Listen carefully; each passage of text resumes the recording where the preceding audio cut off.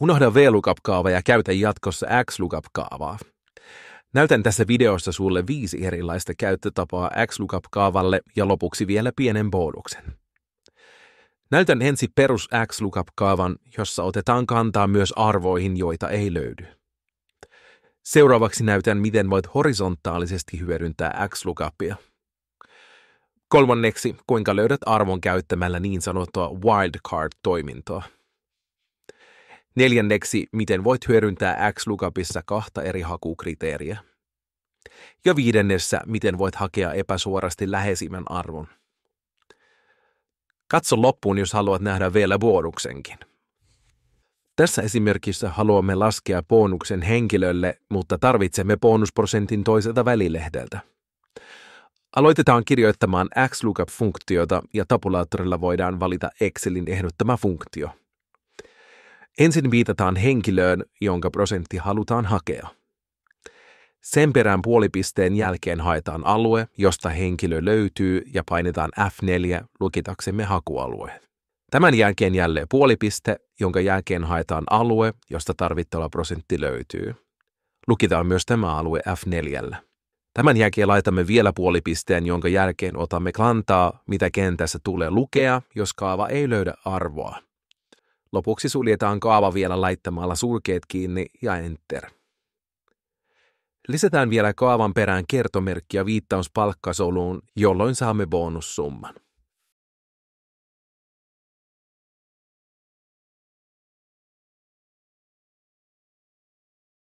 Seuraavassa esimerkissä bonustaulukko sijaitseekin vaakasuoraan, jolloin XLOOKUP toimii aivan samalla tavalla.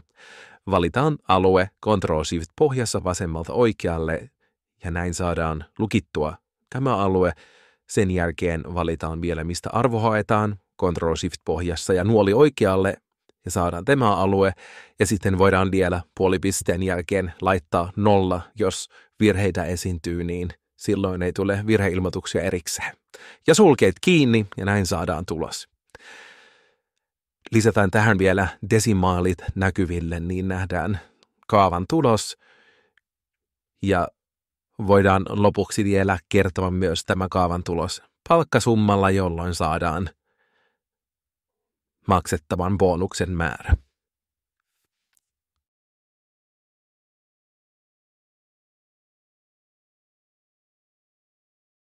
Seuraavassa esimerkissä käytetään XLOOKUP-kaavan wildcard-toiminnallisuutta.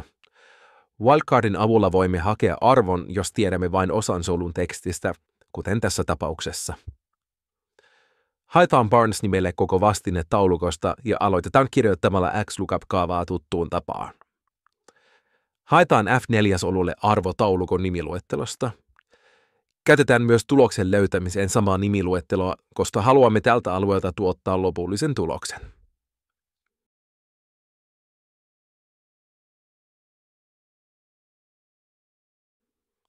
Kuten huomaamme, sellaisena kaava ei vielä tuota tulosta, vaan meidän pitää sitä hieman muokata. Lisätään kaavan alkuun F4 eteen lainausmerkkien sisälle kertomerkki. Tämä kertoo kaavalle, että haettavan nimen edessä on tekstiä.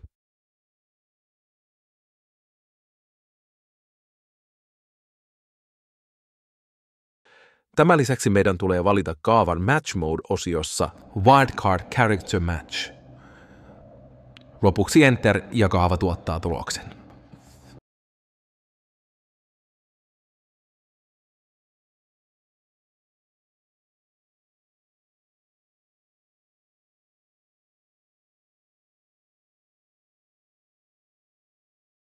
Mikäli haettavan nimen perässä olisi tekstiä, lisäisimme tämän heti F4 perään. Jos tekstiä löytyisi edestä ja takaa, lisäisimme nämä merkit sekä F4 eteen että perään.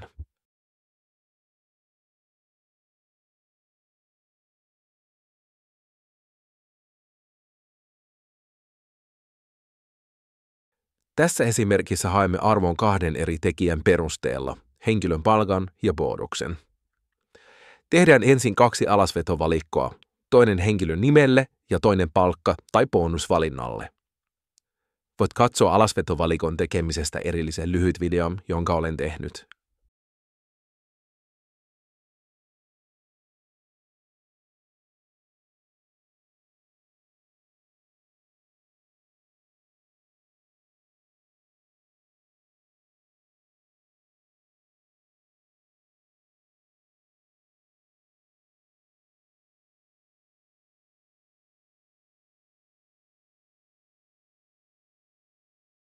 Tämän jälkeen lähdetään kirjoittamaan XLOOKUP-kaavaa.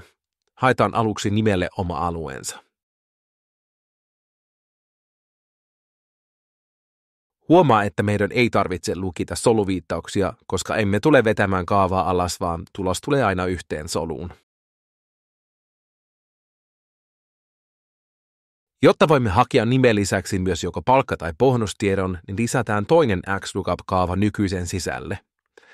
Sen sijaan, että valitsemme tulokselle alueen, alamme kirjoittamaan heti uutta XLOOKUP-kaavaa. Tässä haemme viittauksen tekemämme palkka- tai bonusvalikkoon.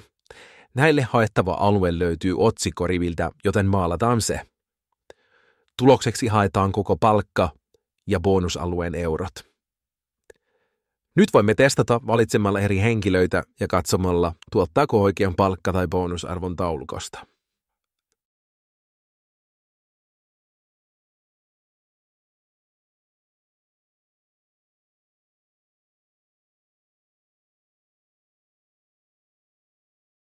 Viimeisessä esimerkissä haluamme hakea henkilön iän kohdalta ikäryhmän tiedon.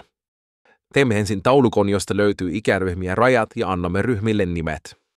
Tämän jälkeen lähdemme kirjoittamaan XLOOKUP-kaavaa tuttuun tapaan.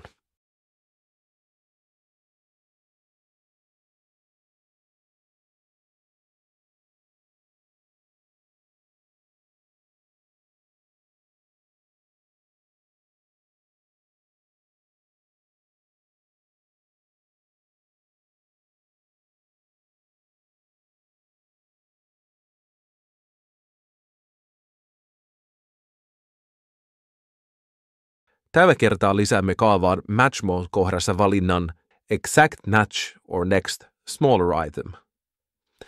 Nyt kaava tulkitsee, mikä on haetun iän lähinnä oleva alin arvo taulukossa ja kaava pahauttaa ryhmän nimen taulukkoon. Näytän vielä bonuksena esimerkin, jossa nimeän ensin kaikki kaavassa käytettävät alueet, haettavan arvon, arvoalueen ja alueen, josta tulos haetaan.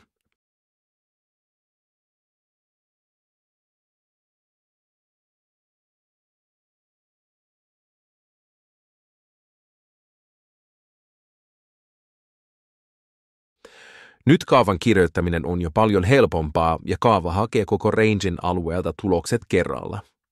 Kokeile myös tätä.